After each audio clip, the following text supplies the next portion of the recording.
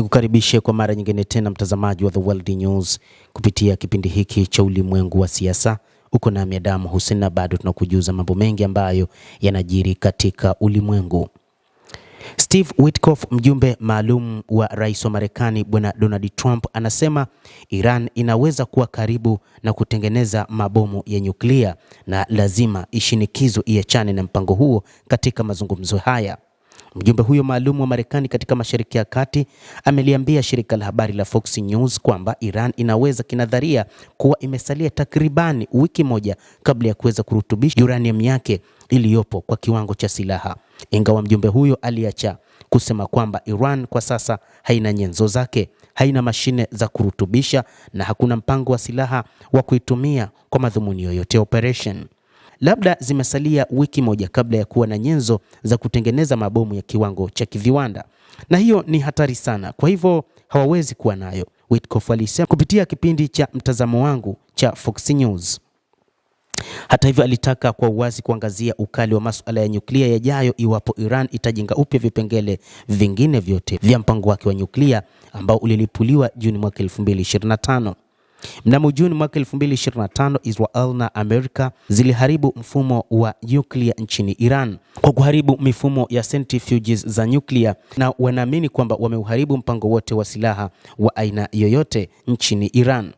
Hata hivyo, bado imani imekuwa ndogo kwamba Iran inamiliki zaidi ya kilo 400 za uranium ambazo walifikiri wameshazilipua, lakini bado hakuna imani kwamba zimeshalipuliwa. Ndiyo kinachofanya rais wa Marekani Donald Trump kushinikiza Iran isiwe na mpango huo wa nyuklia. Pia iliua wanasayansi wake wengi wa nyuklia na ilizama katika sehemu za vifaa vyake vya nyuklia na kuifanya iwe vigumu kwa jamhuri hiyo kupata uranium iliyorutubishwa. Hata hivyo, kuna siri nzito juu ya kilo 400 za uranium za Iran ambazo Marekani iliamini imeshaziharibu, licha ya kwamba katika siku za hivi karibuni Donald Trump mwenyewe alikuwa kihoji wamezipeleka wapi karibia kilo 400 za uranium. Kabla ya Juni mwaka 2025, Iran ilikuwa imesalia wiki moja kabla ya kutumia uranium yake. Ikiwa ingeamua kufanya hivyo na ingekuwa karibu miezi 3 hadi 6, mbali na uwezo wa kuweka uranium kwenye kombora ambapo ingekusanya vifaa vya kutengeneza silaha za nyuklia. Kipindi hiki inaonekana kuwa Iran imepunguza kiasi fulani cha urutubishaji wa uranium, kwamba wakati huu baadhi ya mataifa kama vile Israel na Marekani bado hawaamini kwamba wameshamaliza mpango wao wa nyuklia, na hivyo wanaendelea kuishinikiza Iran iachane kabisa na mpango wao wa nyuklia ili tu waweze kuishi kwa amani katika eneo hilo la Mashariki ya Kati.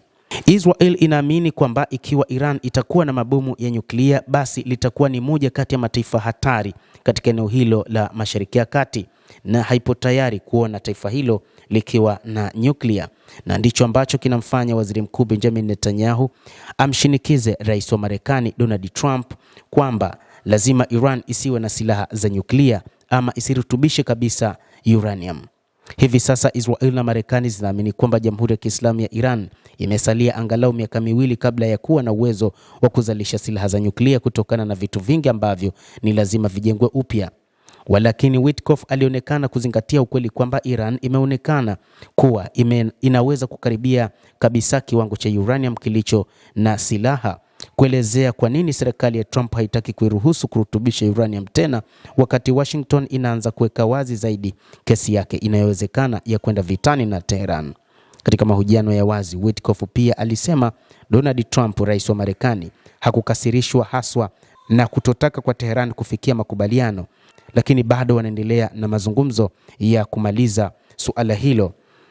Kulingana na ripoti, utawala wa Trump uko wazi kwa maelewano machache, mradi tu inaweza kuthibitishiwa kuwa urutubishaji wowote wa uranium ni wa kiraia tu na hauwezi kutumika kama hatua ya kuelekea utengenezaji wa silaha za nyuklia. Mjumbe huyo maalum Bwana Steve Witkoff ameashiria shinikizo la ndani nchini Iran kama sababu nyingine katika mchakato wa maamuzi ya utawala wa juu wa Iran. Maandamano yaliyoanza tena katika mitaa ya Iran siku ya Jumapili kutoka kwa wanafunzi wa vyuo vikuu kadhaa nchini humo waliandamana kupinga utawala wa Iran. Akihutubia mwanamfalme ali uhamishoni Reza Pahlavi na nafasi yake inayowezekana katika utawala mpya nchini humo, Witkoff alisema kwamba Pahlavi anajali nchi yake, lakini kwamba mwisho wa siku mustakabali wa nchi hiyo utategemea sera za Rais Trump, sio sera za bwana Pahlavi.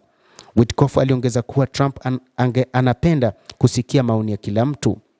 Akitafakari juu ya mkutano wa Alhamisi wa uzinduzi wa bodi ya amani ya Gaza huko Washington, Witkoff alisema ilikuwa ni ya kuinua kuona maendeleo kama hayo yakifikiwa huko Gaza. Basi endelea kutufuatilia, lakini usisahau kulike, kucomment na kusubscribe channel yetu hii. Mimi ni Adam Hussein, endelea kuwa nasi wakati wote, endelea kutufuatilia uyajue mengi yanayojiri katika ulimwengu.